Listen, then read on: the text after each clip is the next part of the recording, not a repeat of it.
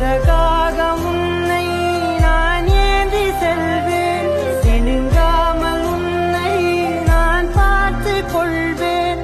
ஒரு கோடி இன்பங்கள் உன்னை பார்த்த நொடியில், நான் வாழும் நாள் மட்டும் நீ எந்த மடியில். உன்னை ஈன்ற பொழுதிங்கு கடவுள் தன் முகம் பார்த்த பொழுது பாதம் தொழுது